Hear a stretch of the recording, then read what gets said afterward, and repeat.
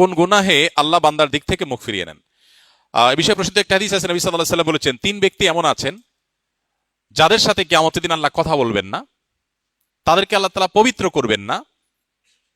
এই মানুষগুলো যাদের থেকে আল্লাহ তাআলা মুখ ফিরিয়ে নেবেন, তাদের সাথে আল্লাহ কথা বলবেন না, তাদেরকে আল্লাহ পবিত্র করবেন না, সেই মানুষগুলোর মধ্যে একজন হলেন ওই পুরুষ, যে পুরুষ টাকনুর নিচে পোশাক পরে। পোশাক পরে বলতে যে পোশাক উপরের দিক থেকে যায় সেটা টাকনুর নিচে পরে, প্যান্ট, পাজামা, চাদর, লুঙ্গি, জুব্বা, জামা, এগুলো। মুজা যেটা থাকেই নিচে, নিচ দিক থেকে পরা হয়, ওইটার কথা ভিন্ন।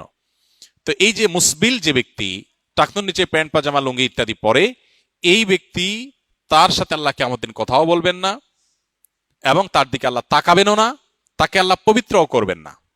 এই 3টা ভয়াবহতা এই ব্যক্তির জন্য আছে, যে ব্যক্তি টাকনুর নিচে প্যান্ট, পাজামা, লুঙ্গি পরে। আমাদের দেশে অনেকে আছেন মসজিদে নামাজ পড়তে আসলে তখন প্যান্ট ভাঁজ করে। অনেক মসজিদে মুয়াজ্জিনরা মাইকে বলেনও যে টাকনুর নিচে যাদের প্যান্ট আছে প্যান্টগুলো উঠায় নেন।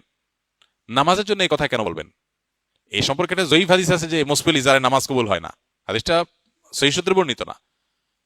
বিশুদ্ধ হাদিসগুলো সবগুলো হলো কমন এবং জেনারেল, সব সময়ের জন্য এটা প্রযোজ্য যে পুরুষ মানুষ টাকনুর নিচে পোশাক পরবে না। এখন বৈজ্ঞানিক গবেষণা বলছে যে এটা পুরুষের জন্য ক্ষতিকর। যাই হোক, সেটা গবেষণা কি প্রমাণ হয়েছে এটা বড় কথা না, বড় কথা হলো নবী সাল্লাল্লাহু আলাইহি ওয়াসাল্লাম নিষেধ করেছেন, বাস শেষ। অতএব এই ব্যক্তি, যে ব্যক্তি টাকনুর নিচে প্যান্ট, পাজামা, লুঙ্গি, জুব্বা ইত্যাদি পরে, এই ব্যক্তি থেকে আল্লাহ কিয়ামতের মুখ ফিরিয়ে নেবেন। খুবই ভয়াবহ কথা। 2 নম্বর হলেন ওই ব্যক্তি, যে ব্যক্তি কাউকে দান করে খোঁটা দেয়, অথবা যাকে দান করেছেন তাকে নানান কথা দিয়ে কষ্ট দেয়। দান করেছেন, আল্লাহর কাছে আশা করবেন এর বিনিময়, যাকে দান করেছেন তার সাথে আপনার কোনো আলাপ থাকবে না। দান করে খোঁটা দিলেন, কষ্ট দিলেন, খোঁচা মেরে কথা বললেন, এগুলো বললে আপনি আল্লাহ তাআলার দৃষ্টি থেকে সরে যাবেন কিয়ামতের ময়দানে। নাম্বার 3, ওই ব্যবসায়ী, যেই ব্যবসায়ী তার পণ্য বিক্রি করতে গিয়ে মিথ্যা শপথ করে।